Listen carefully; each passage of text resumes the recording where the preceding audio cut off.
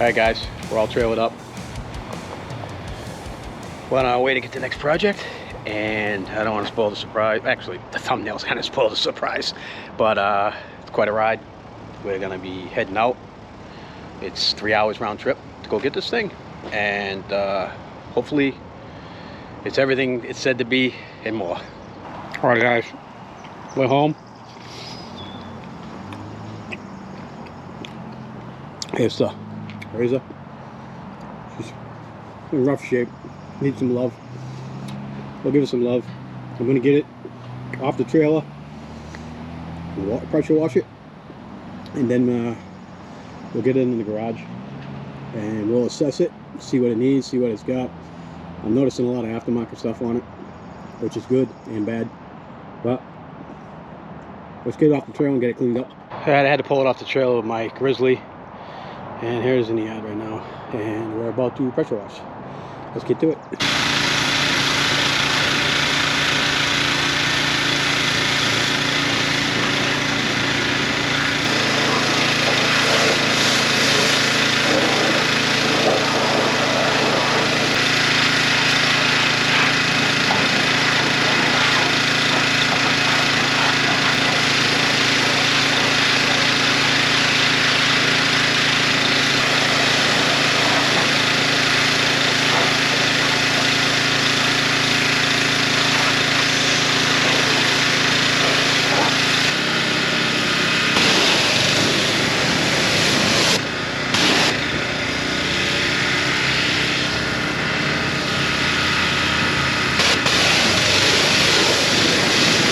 She looks 10 times better.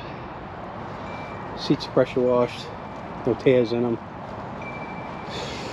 The interior is pretty clean now. Don't look too bad. It's good and clean. I'm gonna have a lot of work to do on this, and I'm excited to get going. So I'm gonna let this thing drip dry for a little bit, and then I'm gonna attempt to start it. I'm gonna see if it's actually a fuel injector, as the code says, and as the previous owner said, I should say the seller. We're going to try that, and if it's not it, then we're going to do a compression test, because I'm pretty sure it's got either a dead cylinder or a low compression cylinder. Alright guys, let's see if it'll start. I know it doesn't start, but let's see. It's got a wicked gallop to it, almost like it's got a dead cylinder, but we'll see.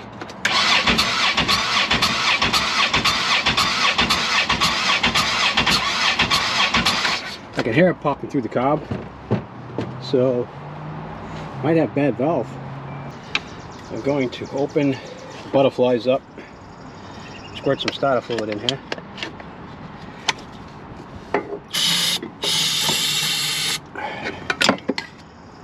This one now. All right, let's see if it starts.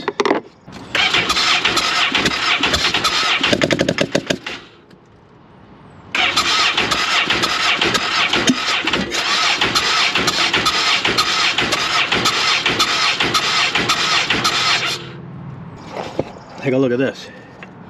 The injector's unplugged right here. I'm going to put it up over the top right now, just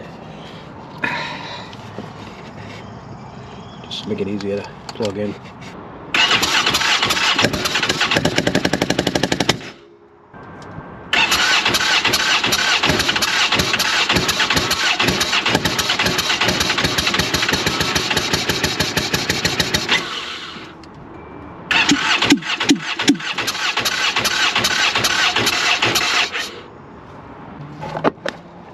Alright, well, we've established that it runs. The fact that it's popping through the cob, this cob here, tells me that it's got to be something to do with the valve train. So we're going to have to dig in.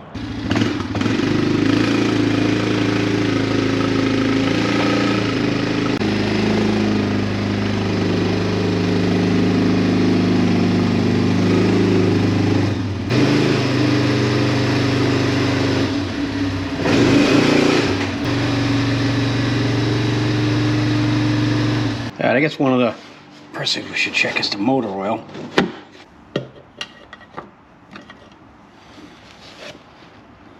Looks like it's up to It's up to level, and I don't know if I see any metal flakes in it, which I don't.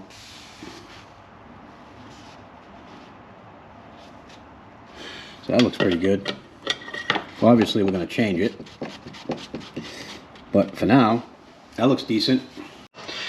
All right, let's pull the plugs out and do a compression check on this thing.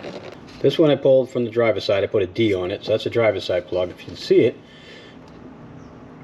let's see if maybe we can do that.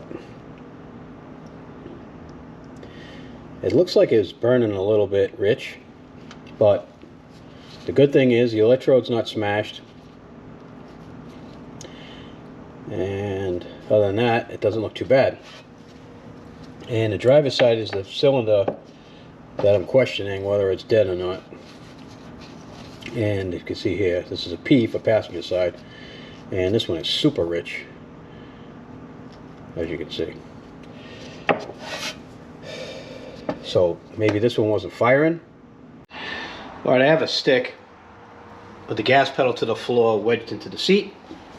Sorry about putting it upside down, but anyways, you can see that both butterflies are wide open, and I have the compression gauge set up. Now, one thing you have to understand here is that Polaris does not give a reading for compression. They only give leak down. I don't know why that is, but that's the only thing they give you. So what I'm going to do is I'm just going to do a comparison. I'm pretty sure that this engine should probably be in the range of 180, 200. I would think there's probably decompression, but let's find out. Oh, and I unplugged, let me show you guys real quick. Down there, you guys can see down there that I unplugged the fuel pump, so it's not pumping fuel into the injectors while we're cranking it over. So let's see what we got.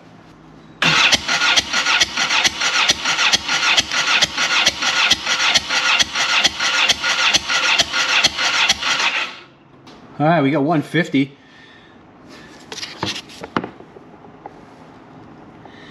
$145. I'm going to write that down and then switch over to the other cylinder.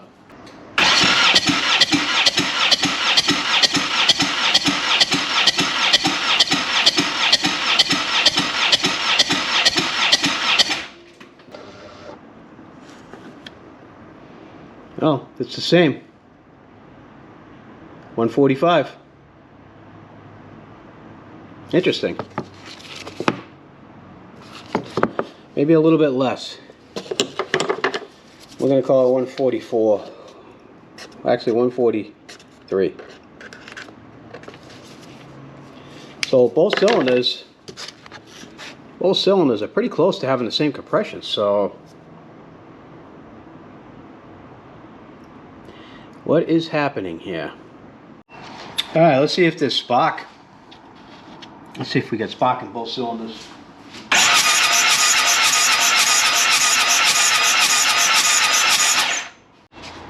All right, let's check the second coil.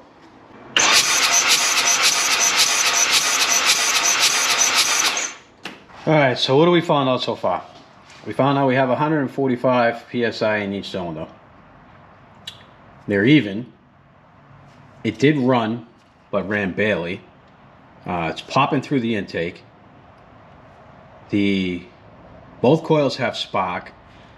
It seems that both injectors are shooting fuel. So I am going to think that this thing jumped timing somehow. Or we got a bad valve. But we can't have a bad valve because we have the same PSI in both cylinders. So it doesn't have a bad valve.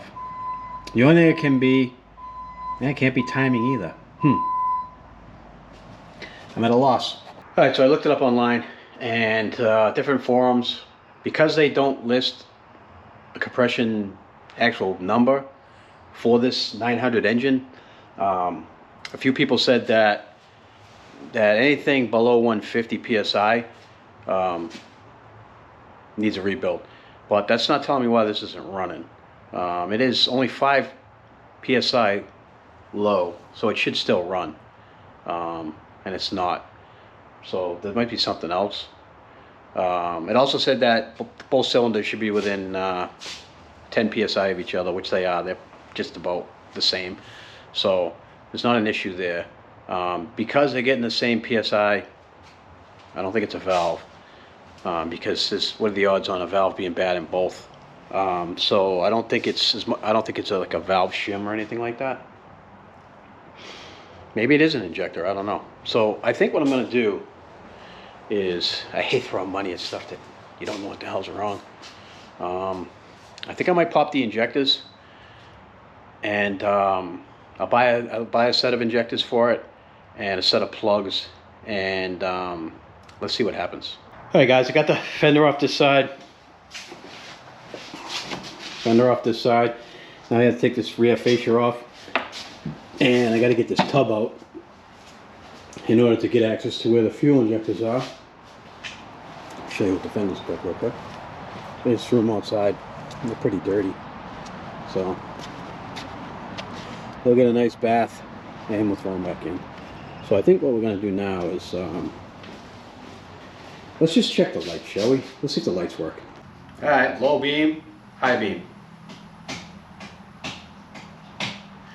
Those work. Let's check the tail lights. Well, I guess the tail lights come on as soon as you start it. Unless I have the brake set. Oh, I do. Okay. Well, that's the brake. Nope. That's the light. So I guess the brake light works too. Alright. Doesn't work on that side. We'll have to figure that out. Oh. Let's see if these lights work. There's a bunch of switches in here. Let's see. I turn them on. Oh, wait a minute. Hold on. I don't think that does anything. Oh, they do work. Look at that.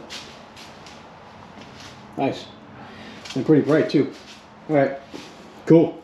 We also got this overhead stereo system thing with speakers, and I guess this is Bluetooth.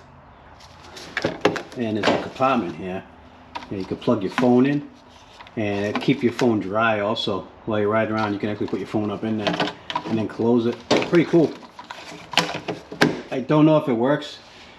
Guy bought it off, the seller, said he tried to get it to work and he couldn't. We got a bunch of cut wires up here. And there's a socket here for something. So maybe it just needs power, I don't know. And another thing we gotta fix. Also, while we're running around this thing, I did notice this. We got Fox racing shocks on all 4 corners. They look fairly new. I don't know if those are factory or not. Let me know in the comments if they are factory. I don't know a lot about these, but I don't think they are. As you can see, we have the Fox shocks in the front too. They don't look that old. And we have aftermarket A-arms too. This upper A-arm is not factory. I don't think that's Razor. And down here you can see it says Race Tech. So we got Race Tech control arms on this, which I think widens the stance on this quite a bit. Let me know in the comments if you guys are familiar with this Race Tech setup, but it widens it pretty good. And then the back tires are just as wide as the front. So I am wondering if this is an aftermarket setup back here, because these all look brand new. I don't know if I can pull this back so it's not so bright. All these joints look brand new. And these lower control arms back here look like they really kick the suspension way out. So I'm thinking that this whole suspension on this thing is aftermarket. But again, I don't know 100% because I'm not that up on these things. But let me know in the comments what you guys think. Do you think that you think this rear suspension is factory? I don't think it is. So any of you guys that know obviously more about these things than me, leave a comment below. I'd be curious to find out. I'm going to pull this bar off now. And we're going to place that off to the side. And we'll work on getting this one off.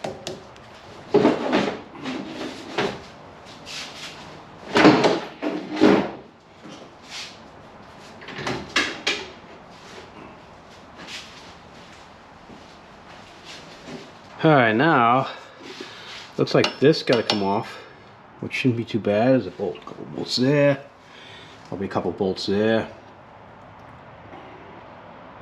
a couple bolts there. Disconnects a few lines. Alright, I guess we should start getting to it. Let's start disconnecting some of these air boxes and stuff, get them out of the way. And then we can get to the injectors.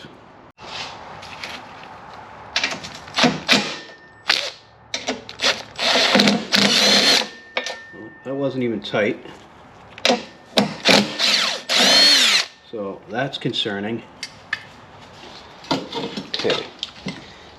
Got one injector I got to unplug here. Alright. Get that out of there.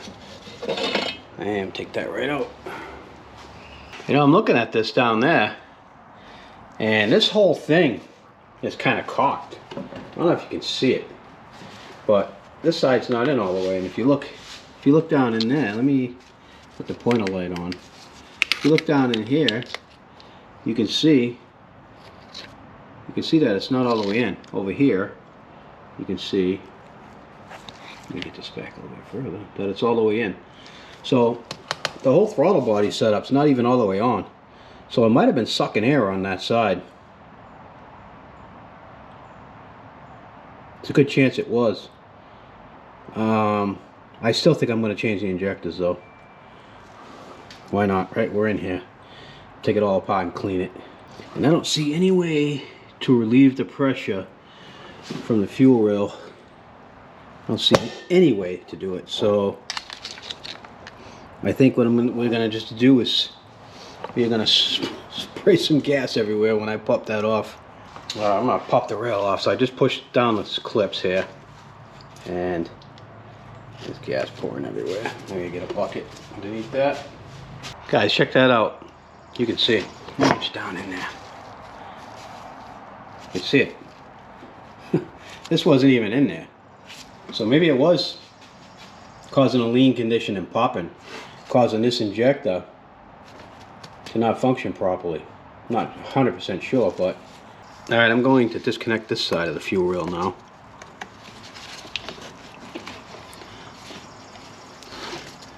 And I think what I need to do is I need to get these boots off, but I can't get to that screw because that screw's on the bottom down there. And there's just no way to get into it, so I'm going to have to pop the cobs off. But that one's not on, and I need to find out where that one there is. And that one's down the bottom there. So let me get a screwdriver and come in from the side. Let's see if we can pop this off of here. There we go. And that was not even on there. I got fuel dripping out of the rail here.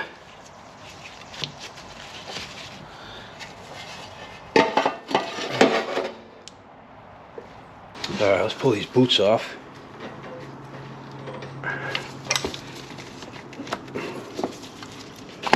Okay. There we go. Now we're down to just the throttle body. Let's pull the fuel rail off. I gotta get these two Allen heads underneath there. There we go. And we got more fuel in there.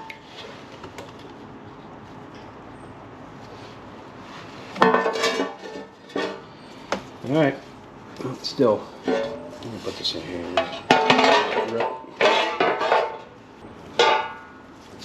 Alright, let's pull the vacuum line off. And we'll bring these over to the bench.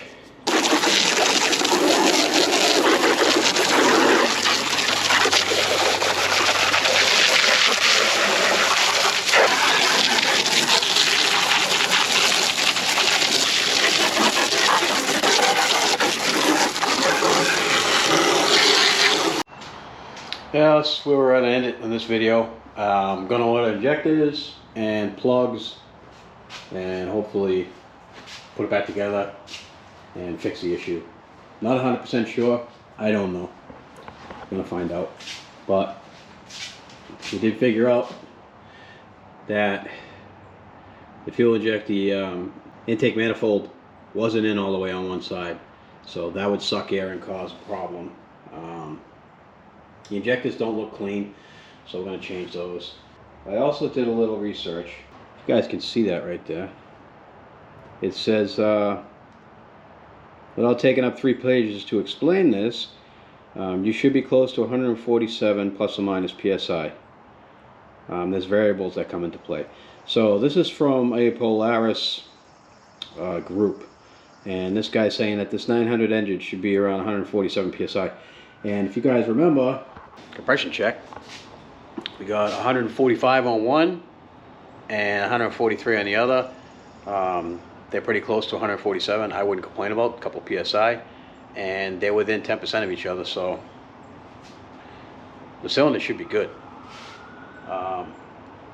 Anyways,